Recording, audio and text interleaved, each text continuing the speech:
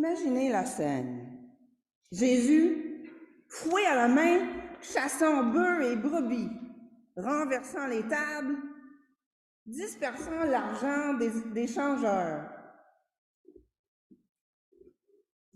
Quel effet est-ce que cela vous fait de voir Jésus péter sa coche comme ça? Jean-Philippe fait. D'autres réactions? Ouais. Ça me fait du bien d'imaginer Jésus péter sa coche devant l'injustice sociale et l'hypocrisie religieuse. Il y a là de quoi m'encourager, moi. Pas plus tard qu'hier matin, j'ai lu un article selon lequel le PDG de Kellogg aurait déclaré que, tâchez vos trucs, des céréales pour le souper représentent un choix fantastique pour les consommateurs qui sont sous pression financièrement. Je me suis écrié, ça n'a pas d'allure! Je vous épargne les mots qui pourraient ne pas convenir à certains auditeurs ou lecteurs. Puis, pas longtemps après, j'ai transféré l'article à Denis et un peu plus tard, j'entends dans son bureau « Mais ça n'a pas d'allure! » Des montées de lait comme ça arrive assez souvent chez nous. Je vais parler au jeu. J'ai un côté un peu colérique. J'aime ça penser que Jésus partage non seulement mes souffrances, mais aussi mes pétages de coche. Je sais que je ne suis pas la seule. J'ai vu ça sur vos visages, je vois ça sur vos visages, et j'ai entendu ça vendredi à la parole sur le pouce. Mais je sais aussi qu'il y en a qui pensent que la colère pour des chrétiens, c'est à proscrire. Se laisser emporter par la colère, c'est l'œuvre du diable, n'est-ce pas? Celui qui divise. Se mettre en colère, c'est laisser le diable avoir un prise sur nous.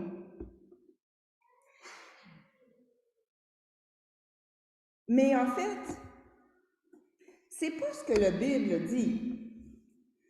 Avez-vous remarqué, dans Éphésiens, Paul dit, vous êtes en colère, péchez pas. D'autres traductions vont même dire, mettez-vous en colère, mais ne péchez pas. Alors, lu comme ça, en fait, non seulement il est tout à fait acceptable de se mettre en colère, mais on s'attend à ce que les chrétiens, la communauté chrétienne, se mettent en colère des fois. L'œuvre du diable, c'est ce qui nous divise, ce qui fait mal, la méchanceté, c'est certains comportements que la colère peut engendrer. Le péché, c'est quoi? C'est ce qui nous sépare de Dieu et de notre prochain. Dieu est amour, et l'amour se vit en relation. Dieu, Père, Fils, Saint-Esprit, est d'abord et avant tout relation. La colère, donc, est péché lorsqu'elle détruit les relations, lorsqu'elle érige des barrières entre Dieu et ses enfants. Plutôt que de bâtir une communauté et contribuer au bien commun. Le fait que le PDG de Kellogg gagne 400 millions par année et dit aux pauvres, mangez des Fruit Loops pour le souper, ça contribue en rien pour construire la communauté.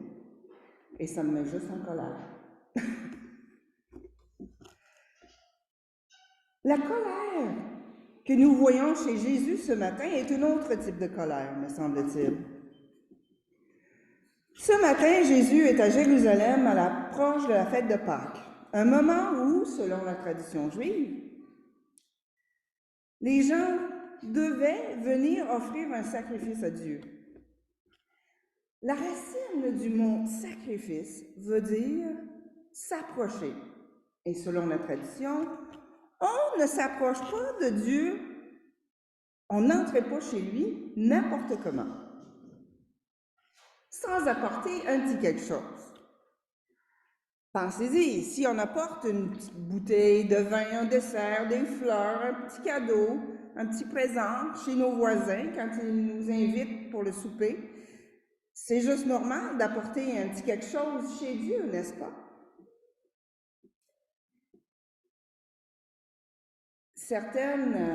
Certaines personnes raisonnaient que, puisque Dieu est parfait, il serait logique de se présenter au temple uniquement avec une offrande parfaite.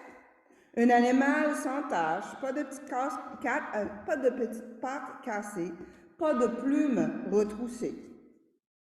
Il fallait donc des vendeurs sur place pour fournir à des prix exorbitants des offrandes certifiées acceptables pour Dieu.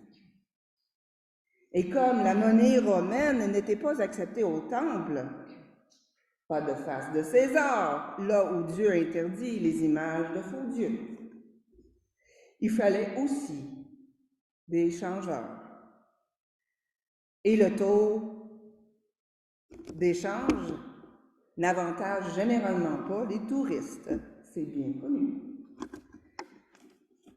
Les vendeurs et les changeurs dans le temple profitaient littéralement des autres. De plus, plutôt que de favoriser la proximité et l'intimité du plus grand nombre avec Dieu, ces escrocs érigeaient des barrières entre Dieu et ses enfants, surtout de certaines classes. Des barrières que seuls les plus fortunés pouvaient espérer franchir.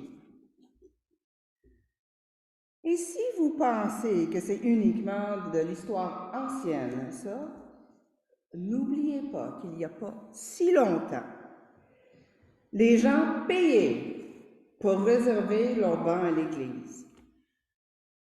Et même dans l'Église unie, les riches, les notables, avaient toujours les meilleures places en avant. Aujourd'hui, je pense que les gens paieraient pour s'asseoir en arrière. Parce que c'est là où les gens aiment s'asseoir. Dans l'Évangile, ce matin, Jésus nous fait toute une scène. Il s'insurge contre ceux qui essaient de faire croire que l'amour de Dieu, ça s'achète, comme au temps des indulgences. Et ça me fait penser que c'est pas Luther le premier protestant, c'était Jésus. Le mot protestant a comme racine, ou la racine du mot protestant veut dire se tenir debout. Jésus se tient debout. Il dénonce les pratiques abusives de son temps. Il dénonce l'injustice et le péché de ceux qui soutenaient le temple en tant qu'institution bâtie à coups de marge de profit. Mais la colère de Jésus n'est pas une simple montée de lait, comme lorsque je m'écris en lisant les nouvelles. Ça ne change pas grand-chose, ça fait juste monter ma tension artérielle. Il y a des pétages de coche qui sont stériles, qui mènent à rien, ou pire, qui sont destructeurs. Si ma pression monte trop longtemps, c'est moi qui vais payer le prix. Et heureusement, aujourd'hui, j'ai plus de retenue que j'en avais quand j'étais enfant. J'ai pas jeté ma tablette par la fenêtre ou par terre, comme je jetais parfois mes jouets quand j'étais petite et en colère. ce qui coûtait parfois cher. En revanche, péter sa coche peut être constructeur. Ça peut parfois faire avancer les choses. C'est ce que l'on voit chez Jésus ce matin, me semble-t-il. La colère de Jésus annonce et aussi enclenche une transformation de la relation entre Dieu et ses enfants. La colère de Jésus annonce et enclenche une autre forme de sacrifice, une nouvelle façon de s'approcher de Dieu. Détruisez ce temple et en 3 jours je le relèverai. Ce que les autorités religieuses ne comprenaient pas, les disciples ont fini par comprendre longtemps après. Le monde nouveau commence avec la mort et la résurrection de Jésus. Ça prendra du temps. Je le dis souvent, le temps de Dieu n'est pas le temps des humains. Oh, comme c'est difficile pour nous qui nous attendons souvent à des réponses et à des résultats instantanés. Ça prendra du temps, mais c'est tout de même le début de la fin du temple, avec ses vendeurs de bœufs et de brebis et ses changeurs. Nous pouvons nous rapprocher de Dieu en Jésus. La relation avec Dieu se vit non pas dans l'accomplissement de rites, mais dans l'intimité du cœur.